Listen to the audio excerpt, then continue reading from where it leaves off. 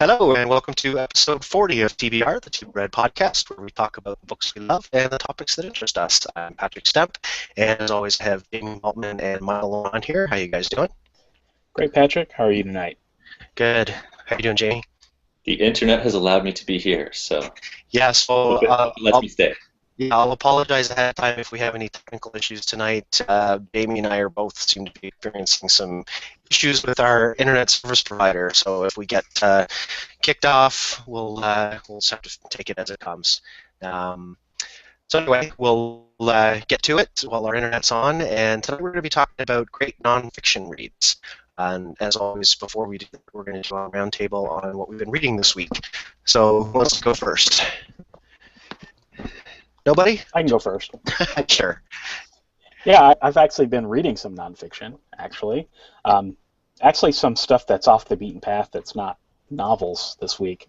I read a poetry collection first at the beginning of the week, which is kind of, I don't mention poetry much on the show, but the collected works of Mark Strand, and he's a poet. Actually, I believe he was born in Canada, actually, and came to the United States and traveled the world and wrote some really interesting stuff.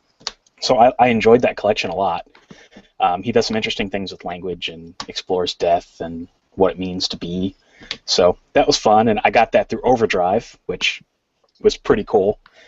I was kind of surprised at the selection they've got in the Des Moines Public Library catalog, so that was pretty cool to check out. And I then read Money by Tony Robbins. Have you guys heard of that? Seven Yes. Simple Steps to Master Your Financial, or to get to your financial freedom, or something like that. Long book, and I have to confess that I skimmed through quite a bit of it, but it's interesting. I'd never read. I'd only heard of Tony Robbins until recently, but I actually liked his writing style. It was very. It makes me wonder if it was ghostwritten though, because it was almost too inviting and really easy to read and really easy on the eyes. But yeah, he talks about finances and things that you can do to grow your money and how to master it, and myths and traps that keep people trapped and living from paycheck to paycheck and that sort of thing. So I highly recommend it. If you guys are interested in managing your finances better, it's probably a good place to start. He was recently on James Altucher's podcast. I haven't listened to it yet, Was but the title of the podcast sounded interesting, and I'll tell you what that was in a minute. So go ahead. Yeah, it was fantastically written, though. Just probably one of the best nonfiction books I've read in a long time. It kind of reminded me of James Altucher, the way he kind of tells stories. Yeah, it was good stuff. I enjoyed that. That's one I probably would buy the audiobook just to listen to it, just because I think it would be good. To listen to it on triple speed so you can get through it faster, too.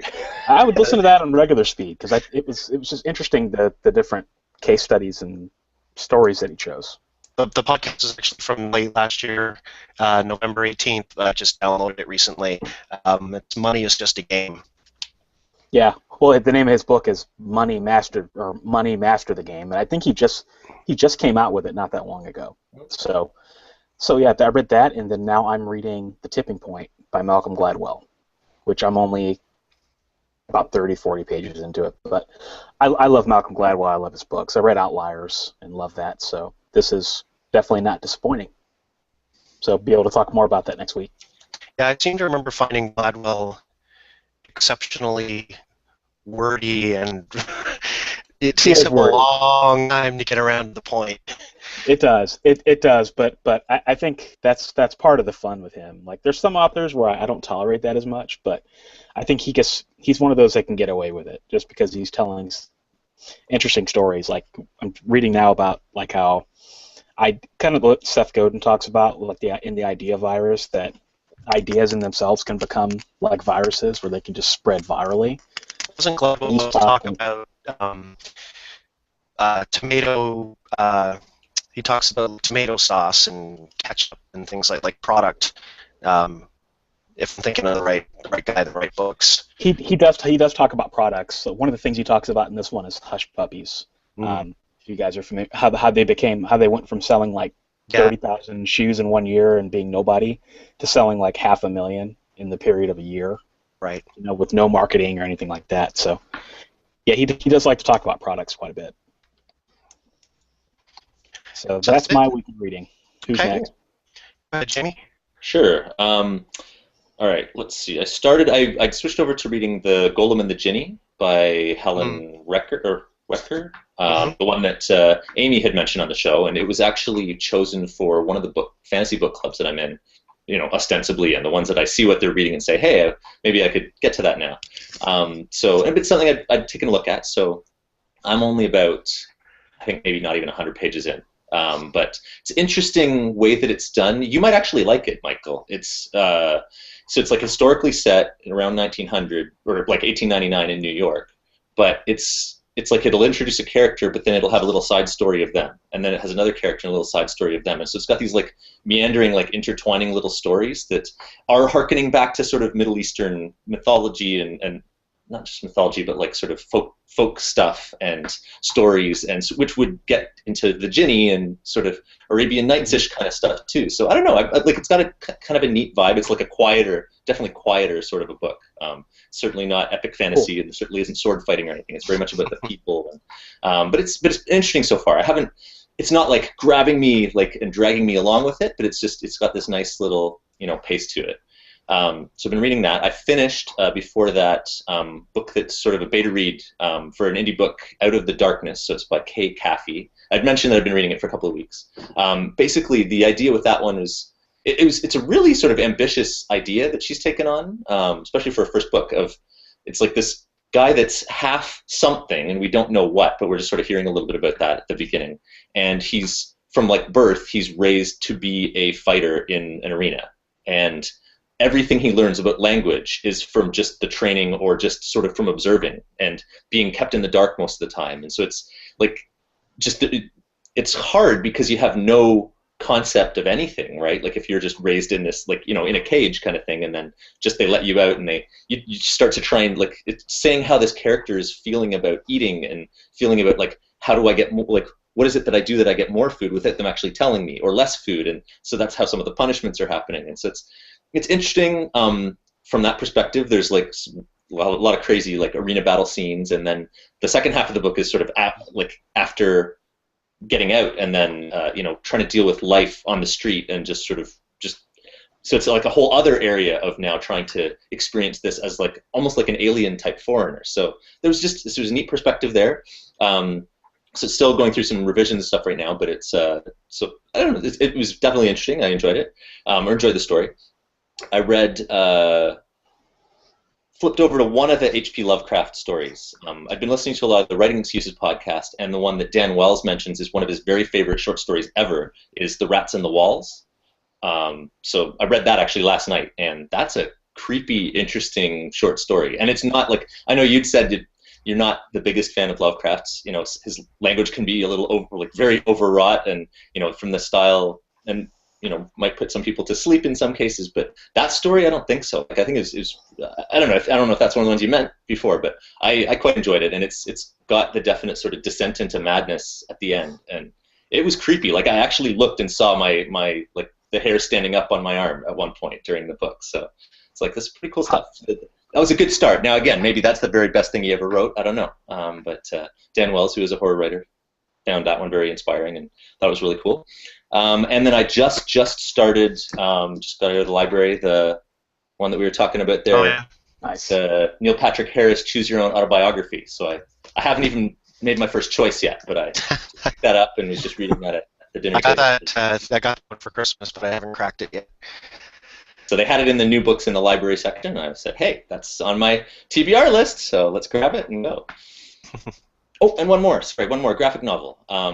The Amulet, Volume 1, The Stonekeeper. Yeah. It's by Kazu Kibuishi. Read that to my son, and that was pretty cool. Visually, really like the style. So a lot of the same people that I saw writing, glowing reviews of Bone, just some different writers that I've come across and I'm connected to a little bit on Goodreads, had similarly glowing reviews, or slightly different, but like quite liked it a lot. And I think it had a jacket quote from Jeff Bone author. Jeff Smith. How can you forget Jeff Smith? But anyway, from Jeff Smith. So he really liked it too. So it's like a girl going to it's actually really disturbing for kids. It's like her dad dies in like the first scene, and then comes back from the then the family moves, and then some weird stuff starts happening in this old house that they're living in, and then it's just she goes to like this other world, and there's this amulet involved and some magical stuff and cool, funny looking robots, and I don't know. I think you'd probably enjoy it. So I liked a lot, and now I've got the second one on order now. How many books are in that series? 4 or 5. I've got it on order from the library, so just waiting for that one. So that's been my reading.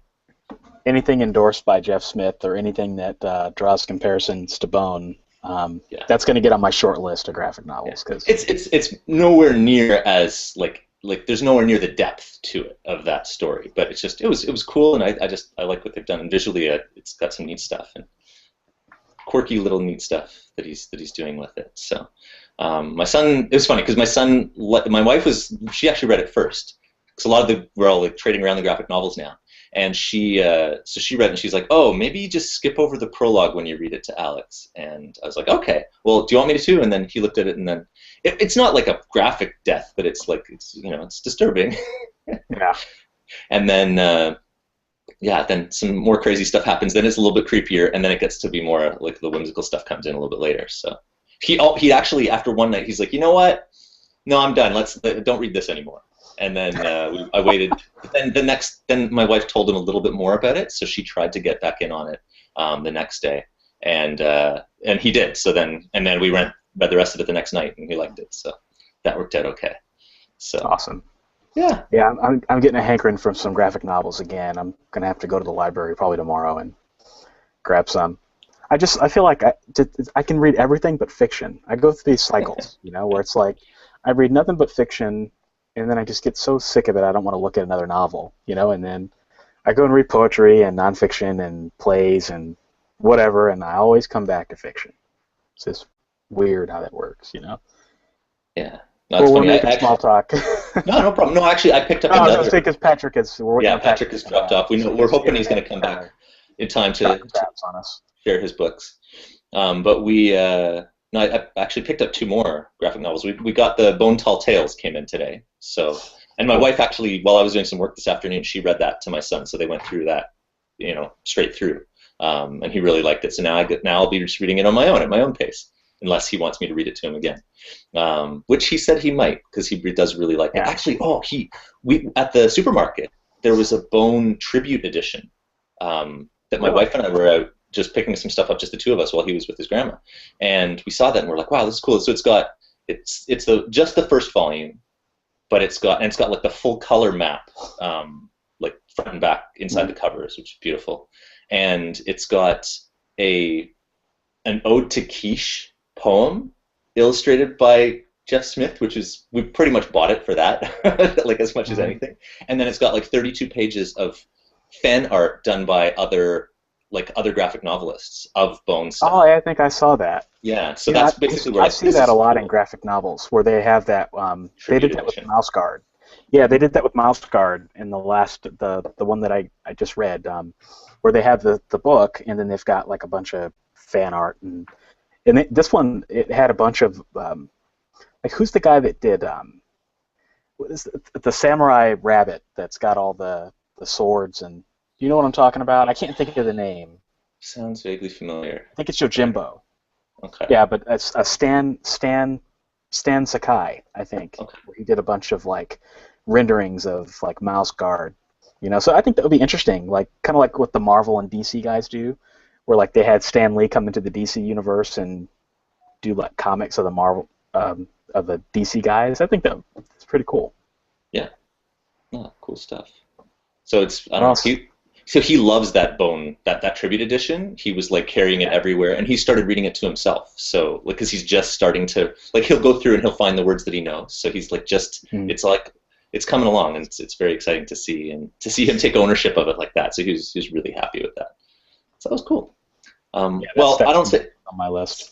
Just in case Patrick can't get back in easily, or we'll give him his chance to do his books when and if he does get in. But I know you want to talk about nonfiction for sure. So why don't we kick off our topic of the night? And I know you specifically missed the last time we talked about nonfiction because I don't remember if that was the actual delivery day or that was that other day that you went in to the hospital just to check something out like a couple of days before, but one or the other. Yeah.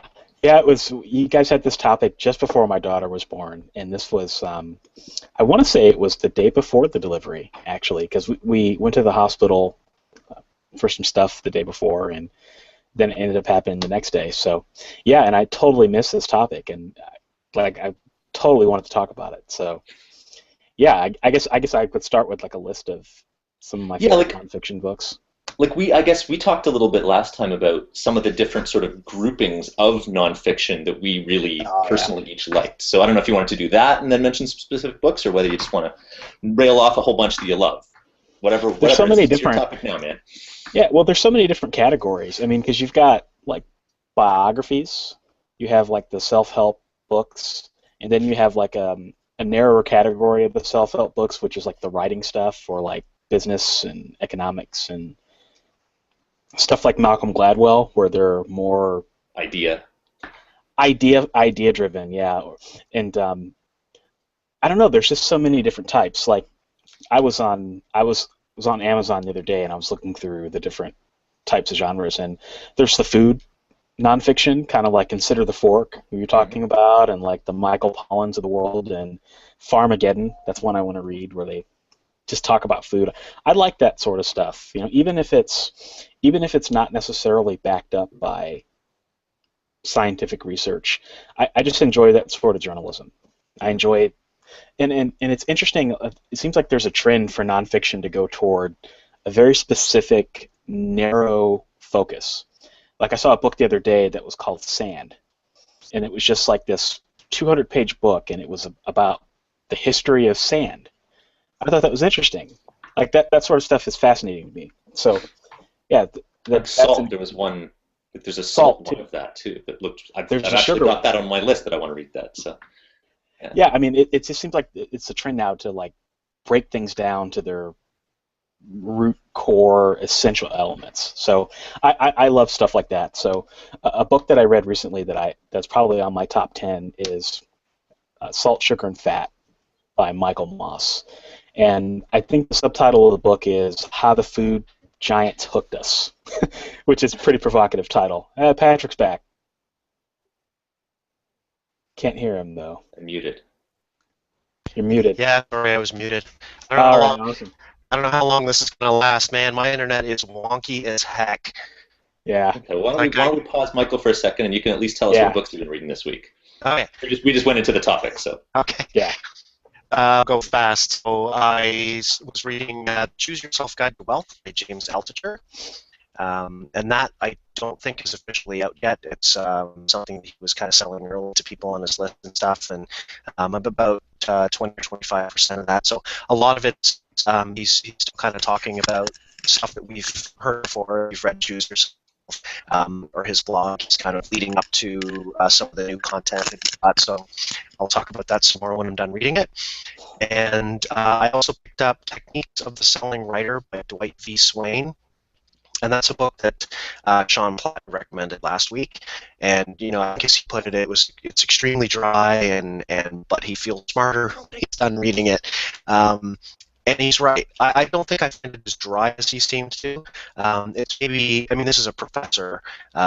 It's literary, maybe very professorly, and it was, if I'm not mistaken, it was written in 1965. So it's very of its time, and the references that he makes are of a time. It's really interesting, though, and I'm loving it. It's inspiring the heck out of me. Really, really enjoying it. I think I just kind of passed the halfway mark today, so I'll report back on it as well when I'm done. But it's interesting, he talks about, as Sean was saying, these motivation reaction units. Like that's how he breaks down the fiction, and he talks about scenes and sequels. But a lot of the things he talks about, you might recognize because I think his teachings have been taken by other people who've written nonfiction writing books, and they're using a lot of the same terminology. So it's interesting. A lot of the things he's talking about I've heard before from more recent books that I've read, or videos and stuff like that. So I don't know, it'd be interesting to kind of track that back farther and see where this author got his, where he learned from and Who read was his something, teacher? And, were they talking about the exact same? It's like and it's an interesting book too in the sense that it's kind of like when you read Shrunken White. Yeah.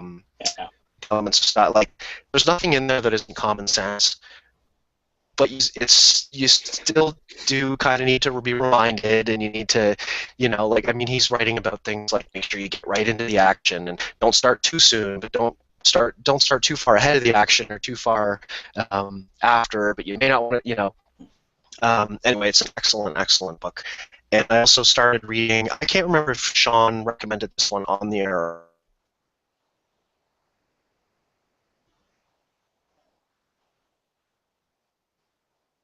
I think that one might be a mystery. Yeah. We'll never know. Is he still there? No? Oh, boy. Okay. It's going to be one of those nights. Yeah. Well, you had, I guess Salt, Sugar, and Fat. Salt, Sugar, and Fat. Salt, Sugar, and Fat. Yeah, it's by Michael Moss, and the subtitle is How the Food Companies Hooked Us. And he talks about how basically food scientists and food companies have engineered food, basically engineered us against ourselves. So basically taking things like salt and sugar, take kids' cereal, right, and just basically engineering it to where you can't do anything but eat more. So I think one of the examples they used was like Chex. You can't eat just one Chex. If you buy a bag of them, you have to eat more, and that's because of the levels of salt, sugar, and fat, and they're so intertwined, and you can't have one without the other two. And that's kind of the plight of the American diet in a way, and just with processed foods, and just how they're killing us. So considering I wrote a book about processed foods, that is fascinating to me. In fact, that inspired it. So yeah, so I like the food books. Those are endlessly fascinating to me. Cool. Yeah. I guess the kick that I'm getting onto now that some of these books, so like again, the one that I'd mentioned there last week, I haven't taken back yet, the Whole Earth Discipline. I don't know. I like a lot of these big picture looks at a whole bunch of things. So it's funny, not like I'll enjoy some of those narrow ones as well, but some of these ones where it's like, Niall Ferguson's Civilization, and it's like looking at like these connections between a whole bunch of different things. Or in this case, it's the big idea of how to use Whole Earth Discipline for not stopping climate change, but at least mitigating the effects to the point where it's not devastating, where it's less devastating on the human population of the Earth. Neat thing he really says in there too that struck home was the Earth will be okay because the Earth's shifted climates massively many times, and we're actually overdue for another ice age. And basically, humanity stopped it. Like it's looking like, according to a bunch of people, that like there should have been another ice age by now, but humanity's impact on the Earth stopped that from happening. So, the Earth will adjust. Mass extinctions are a normal thing to the Earth. It doesn't care. But we could be one of those mass extinctions. So we're the ones that care. So it's kind of like we created the problem. Now we're going to have to deal with this. And so if we don't want, the Earth to reset itself violently in a way that might kill us all, we should do something about this. So, I don't know. Some of these, I'll like those big idea books, or the ones that like sort of synthesize, bring a bunch of things together, or like Consider the Fork, ones where it's tracing technologies and interconnected ideas and stuff over time. I definitely like some of my favorite books are books like that in the nonfiction space. So it's making me want to, between reading the Whole Earth Discipline and reading that other one, it's making me really interested in reading a few more in that sort of vein in the very near future. So have to see what pops up.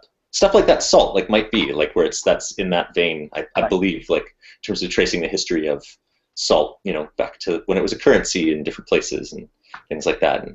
And how they make it. I mean, I think that's interesting too. So, Mm-hmm. Yeah,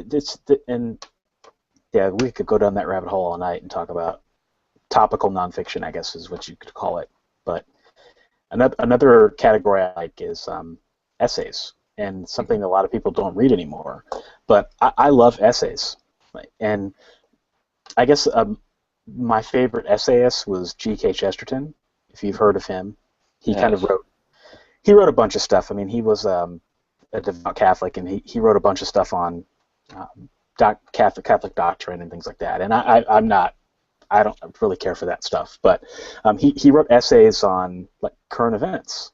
So, like I think one thing that they were talking about, because he lived in London, and so he just wrote about topics of the day, and he just did it in such a colorful way, almost Orwellian, where he would take something like cheese and write an essay on cheese, but make it like so intensely political and like actually make you think not about cheese, but about the political topics of the day, which I thought was awesome. So, yeah, I love essays too when they're well written. So I think my wife was just reading. She just read Time Machine, H.G. Wells, and I believe when she was reading the little biographical part there, like it had a more extended biography. I think he had quite a number of essays to his name. Like that was a major part of his sort of literary output over the course of his career too. So there's him and Jules not Verne so much of a thing done by fiction writers today, but it has been at different times in the past. And another big fan of essays is Christine Catherine Rush. She's in her reading list. If you ever read those blog posts, she's always mentioning books of essays and best essays of this year. And that stuff's out there. Most of us wouldn't. The closest I would get would be like longer form editorial type stuff in a magazine. But right, and that's like the New Yorker would be. I think that would be the closest equivalent. The mainest stream of essay stuff. To the essay, where you have a journalist that's actually writing about something that has substance rather than what's just in the newspaper. And I think that's and some of the stuff that National Geographic did or does occasionally. They don't do it as much anymore, but some of their long form stuff has been pretty interesting too from an environmental standpoint.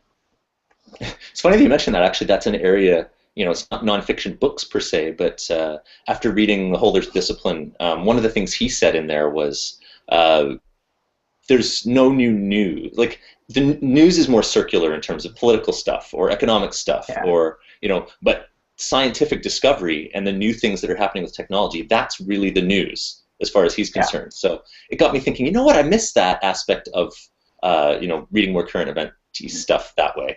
So I went to the library and pulled out, a recent National Geographic issue and a recent Scientific American issue and a recent Popular Science. And I think there were like 4 that I got out. Discovery Magazine, I think, was the 4th one. So I'm like, I've only read a little bit of, I read a lot of National Geographic when I was younger, and my grandfather actually had a Scientific American, and that was his magazine of choice. He was a chemical engineer.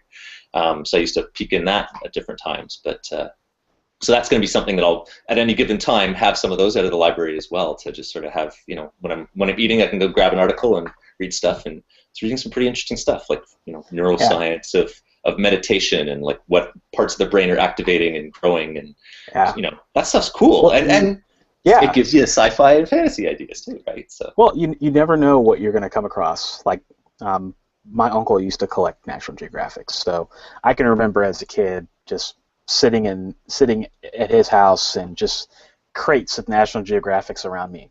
And I'll never forget this one article that I read, and just goes to show you, like, you never know what's going to pop up in a nonfiction book. But it was an article about perfume and the history of perfume, and more specifically how the French used perfume in the 19th century. So with like Napoleon and his wife, and one of the things they did was they actually found perfume samples from Napoleon's day that his wife actually used, which was interesting. And so what they did was they actually did a scratch and sniff.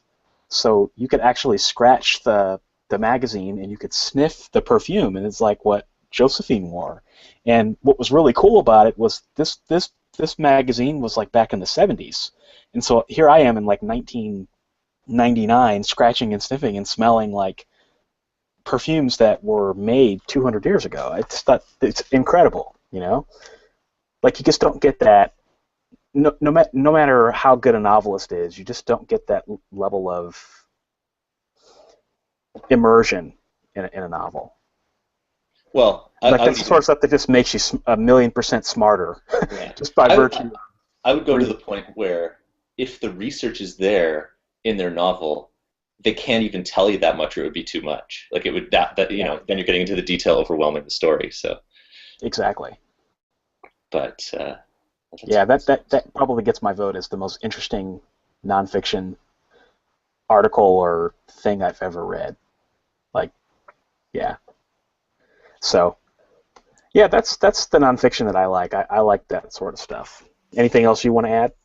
well, it's funny. Like, so I'm curious to see how this biography, like the choose your own autobiography, goes. Like, it's that one's cool, being like the homage to choose your own adventure books, and you know, it's something very near and dear to your heart as well. But you know, I grew up on those through a stretch, and that was a lot of fun. But just it got me thinking of some of the biographies. Like we did talk last week with Sean a bit about like the Steve Jobs one. I was just thinking of some of the, like, I don't read a ton of biography, but some of the ones that really stuck with me as being really good. That was one. You know, the Steve Jobs one. But the other one that I just absolutely loved, and I heard it as the audiobook, was the Surely You're Joking or Surely You Jest, Mr. Feynman. About is it Richard Feynman? Is his name? Yeah, the right? Scientist. The scientist, because he's just such a fascinating. Like he's just one of the most interesting people to hear about. Like he's just so curious and so smart and so into all different things and hilarious. Like just that. Yeah, I read that last year. It was interesting. Oh, I loved it. And the audiobook, the narrator they had, he was fantastic. So really, really enjoyed that one. So. Yeah. Well, sounds like Patrick's having some internet issues. Are you there, Patrick? Can you hear me? We can hear you. We can't see you, but at least we can hear you. That's better. Okay. Well, the camera's on my end, so if you guys, I'll wrap it up for you. So since I'm running the podcast, if I get kicked again. We've been waiting, though. We've been waiting with bated breath. Can you tell us what that book that you don't know whether Sean, because that's where you cut out, just as you were saying. Yeah. Ship of Theseus by J.J. Abrams. Oh, okay. Oh, cool. Yeah. Okay. I'll bring it with me and talk about it more in a couple weeks, probably. Next week, yeah. Perfect. Cool. Well, yeah. Why don't we go ahead and wrap it up so we don't end up with an hour and a half long podcast? Yeah. I'm not even going to do the normal closing because I could get booted at any second here. But I will say that next. Actually, why don't I say? Patrick may not even be able to cut us out there. I think he might have frozen again. Yeah. But next week we have a special guest, Maya Good of the. What's the name of her podcast? I'm blanking on the name. Literary Roadhouse. The Literary Roadhouse. So she's got a podcast with some other folks that's talking about more classical, more literary bent than our more speculative bent in general. So she's going to be on to talk about some of those classics and literary fiction and sort of just exploring that in the way that she does and with the kinds of people that she does outside of a school setting. Because for many of us, that's a lot of that happened more when you're forced to in school. So I think that should be a fun topic, and we look forward to hearing from her next week. So. Yep. So thank you for watching, and if you haven't left us a review yet, please feel free to do so, and we will see you next Tuesday at 8 p.m. Eastern. 9 p.m. Eastern. 9 p.m. Eastern. Yeah. Oh man, had to mess that up. Okay. No problem. Hey, we don't have scripts. All right. But no, thanks for watching, and happy reading, everyone. Yeah, happy reading.